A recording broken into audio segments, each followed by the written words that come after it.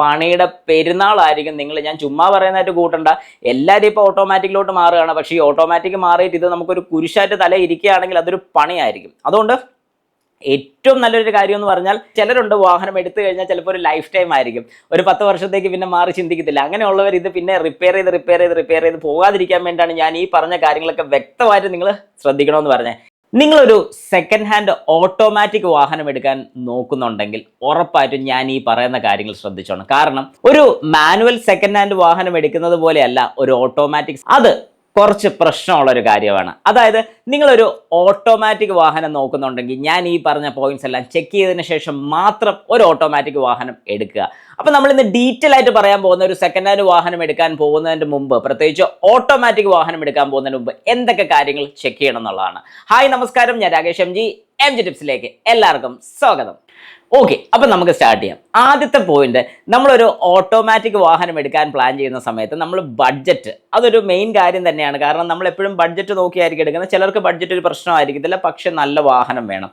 അങ്ങനെയാണെങ്കിൽ ആദ്യത്തെ ഒരു കാര്യം, കിലോമീറ്റർ ഒന്ന് ചെക്ക് ചെയ്യുക. അതായത് നിങ്ങൾ വാങ്ങാൻ ഉദ്ദേശിക്കുന്ന വാഹനം എത്ര കിലോമീറ്റർ ഓടിയ വാഹനമാണെന്നുള്ളത് ചെക്ക് ചെയ്യുക. ഒരുപാട് കിലോമീറ്റർ കൂടുതൽ ഓടിയ വാഹനമാണ്, അതായത് വളരെ വർഷം കുറഞ്ഞ, ചിലപ്പോൾ ഒരു 4 വർഷം പഴക്കം കാണത്തുള്ളൂ, പക്ഷെ വാഹനം 1 ലക്ഷത്തിന് മുകളിൽ ഓടിയ ഒരു വാഹനമാണെങ്കിൽ ഞാൻ എടുക്കണ്ട എന്ന് സജസ്റ്റ് ചെയ്യും. നിങ്ങളിപ്പോൾ അത്യാവശ്യമായിട്ട് നിൽക്കുകയാണെങ്കിൽ എടുക്കുന്നതുകൊണ്ട് കുഴപ്പമില്ല. പക്ഷേ കുറേ നാളത്തേക്ക് നിങ്ങൾ യൂസ് ചെയ്യാൻ എന്നുള്ളൊരു പർപ്പസിലാണ് എടുക്കാൻ ഉദ്ദേശിക്കുന്നതെങ്കിൽ ഒരു കാരണവശാലും ഇത്രയും കിലോമീറ്റർ കൂടി ഓടിയ ഒരു വാഹനം എടുക്കരുത്. പലപ്പോഴും പല വീഡിയോസിലും ഞാൻ പറയാറുണ്ട്, ലോ റണ്ണിങ് വെഹിക്കിൾസ്, അതായത് കുറഞ്ഞ കിലോമീറ്റർ ഓടിയ വാഹനങ്ങൾ എടുക്കരുത് എന്ന് പറയുന്നുണ്ട്.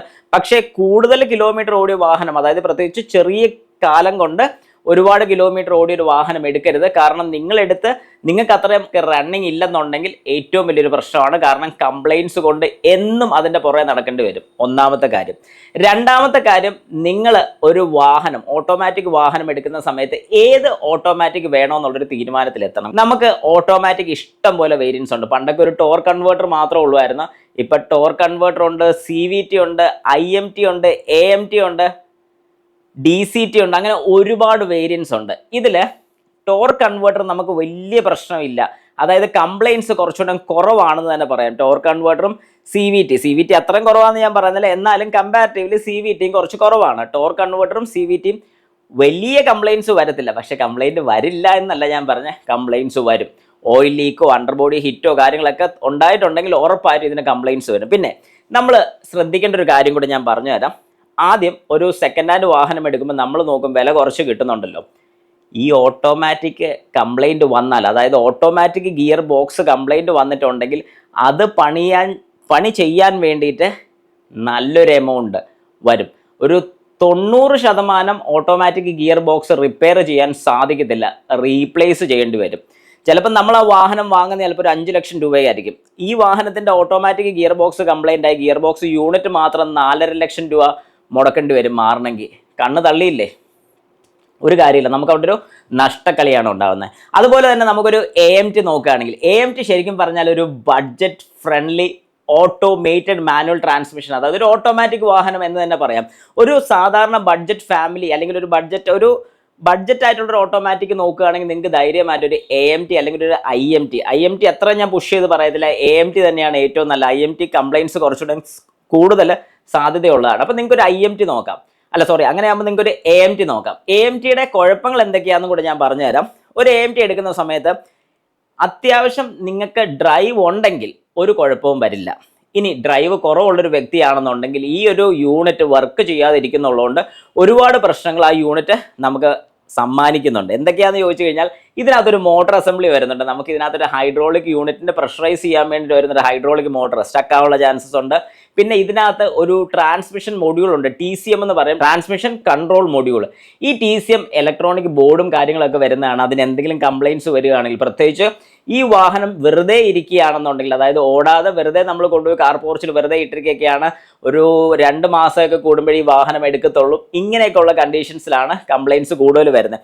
ഇനി ഈ വീഡിയോ കണ്ടിട്ട് ചിലരെങ്കിലും പറയാനുള്ള സാധ്യത ഉണ്ട്, അല്ലെങ്കിൽ ഇപ്പോൾ കമൻസ് വരും, എൻ്റെ വാഹനം 10 വർഷമായി, ആകപ്പാടെ 1000 കിലോമീറ്റർ ഓടിയിട്ടുള്ളൂ, കംപ്ലൈൻ്റ് ഒന്നും വന്നിട്ടില്ല.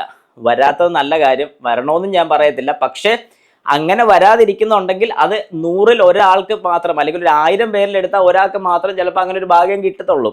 എല്ലാവർക്കും ഇത് കിട്ടണമെന്നില്ല. ചിലപ്പോൾ നമ്മൾ ആറ്റുനോറ്റ് ഉള്ള പൈസ എല്ലാം കൂടി ഇട്ട് ഒരു ചെറിയൊരു ഓട്ടോമാറ്റിക് വാഹനം എടുത്തതിന് ശേഷം വർക്ക്ഷോപ്പിൽ നിന്ന് ഇറങ്ങാൻ സമയമില്ലെന്നുണ്ടെങ്കിൽ അതൊരു നഷ്ടക്കളിയാവും. അതുകൊണ്ട് ഒരു കാരണവശാലും ആ ഒരു കാര്യത്തിന് ഇടവരുത്താതിരിക്കുന്നതാണ് ഏറ്റവും നല്ലത് ഞാൻ സജസ്റ്റ് ചെയ്യും. അപ്പം AMTയുടെ കാര്യം മനസ്സിലായി. ഇനി CVT നിങ്ങൾ എടുക്കുകയാണെങ്കിലും CVTയും വലിയ കുഴപ്പമില്ല. CVT ശരിക്കും മൈലേജ് ഉണ്ട്, പക്ഷേ അത് ഓടിക്കേണ്ട രീതിക്ക് അതിനെക്കുറിച്ച് ഞാൻ ഒരു വീഡിയോ ചെയ്തിട്ടുണ്ട്. CVT ഗിയർ ബോക്സ് ഉള്ള വാഹനം ഓടിക്കേണ്ട രീതികളെ കുറിച്ചൊരു വീഡിയോ ചെയ്തിട്ടുണ്ട്. ജസ്റ്റ് കയറി ഒന്ന് കണ്ടു നോക്കാം. CVT നല്ല രീതിക്ക് ഫ്യൂൽ എഫിഷ്യൻസി കിട്ടും, പക്ഷെ മര്യാദയ്ക്ക് ഓടിച്ചാൽ മാത്രം CVTയിൽ ഫ്യൂൽ എഫിഷ്യൻസി കിട്ടത്തുള്ളൂ. അപ്പോൾ CVTയും വലിയ കുഴപ്പമില്ലാത്തൊരു ഗിയർ ബോക്സ് ആണ്. ഇനി അടുത്ത് വരുന്ന DCT എന്ന് പറയുന്ന ഗിയർ ബോക്സ് ആണ്. അതായത് ഡ്യുവൽ ക്ലച്ച് ട്രാൻസ്മിഷൻ വരുന്നുണ്ട്. ഡ്യുവൽ ക്ലച്ച് എന്ന് പറയുമ്പോൾ 2 ക്ലച്ച് വരുന്നുണ്ട്. ഓഡ് ഗിയേഴ്സ്, ഈവൻ ഗിയേഴ്സിന് 2 ക്ലച്ച് ആയിരിക്കും വരുന്നത്. സൂപ്പർ എന്ന് പറഞ്ഞാൽ ഇതുപോലെ സൂപ്പറായിട്ട് ഓടിക്കാൻ പറ്റുന്ന വേറൊരു ഗിയർ ബോക്സ് ഇല്ലെന്ന് എനിക്ക് തോന്നിയിട്ടുണ്ട് ഓട്ടോമാറ്റിക്കലി. കാരണം നിങ്ങൾ ഗിയർ ഷിഫ്റ്റ് ചെയ്യുന്ന അറിയത്തില്ല, നല്ല പെർഫോമൻസ് ആണ്. പക്ഷേ ഇതിനകത്തുള്ള ഡ്രോബാക്കും കൂടെ പറയാം. ഞാൻ ഓടിച്ചപ്പോൾ എനിക്ക് ഒരുപാട് ഇഷ്ടപ്പെട്ടതാണ് DCT ഗിയർ ബോക്സ് എന്ന് പറഞ്ഞത്. പക്ഷേ ഇവിടെ വരുന്ന 2 ക്ലച്ച് വരുന്നുണ്ട്. ക്ലച്ചിൻ്റെ വേറെ കാര്യങ്ങളൊക്കെ കുറച്ച് ബുദ്ധിമുട്ടുണ്ടാക്കാനുള്ള ചാൻസസ് കൂടുതലാണ്. അത് മാറേണ്ടി വരുമ്പോൾ കോസ്റ്റ് ചെറിയ കോസ്റ്റ് ഒന്നുമല്ല, നല്ലൊരു കോസ്റ്റ് വരുന്നതായിരിക്കും. അപ്പോൾ അങ്ങനെ നമ്മളത് ആ ഒരു റേഞ്ചിൽ, അതായത് നമുക്ക് അതിനൊരു കംപ്ലൈൻറ്റ് വന്നാൽ റിപ്പയർ ചെയ്യാൻ സാധിക്കും, അല്ലെങ്കിൽ നമുക്കത് കോസ്റ്റ് പ്രശ്നമല്ല എന്നുണ്ടെങ്കിൽ ധൈര്യമായിട്ട് നിങ്ങൾക്ക് DCT ഗിയർ ബോക്സുകൾ എടുക്കാം.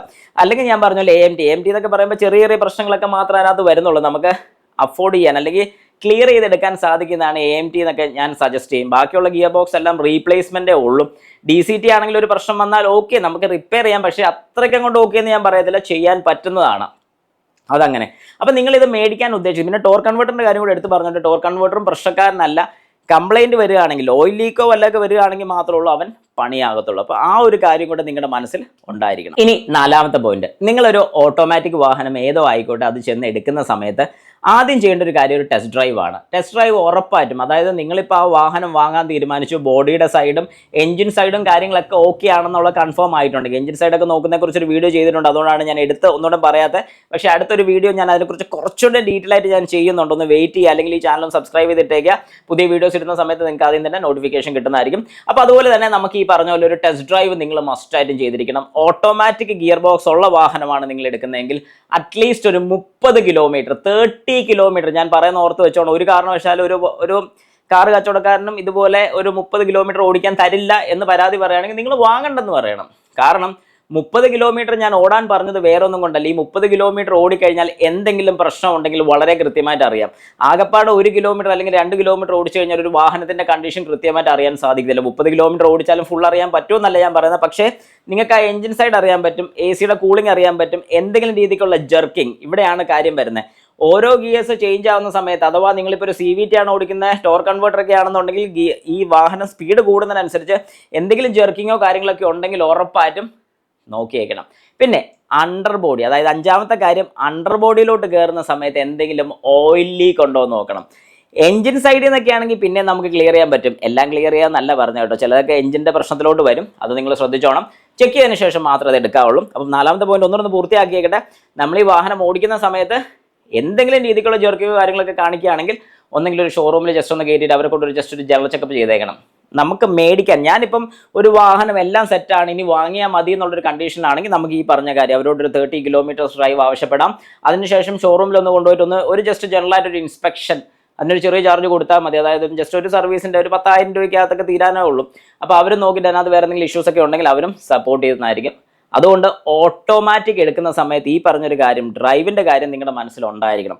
ഇനി ഞാൻ പറഞ്ഞ പോലെ ഓയിൽ ലീക്കോ വല്ലതൊക്കെ ഉണ്ടെങ്കിൽ തീർത്തോണം.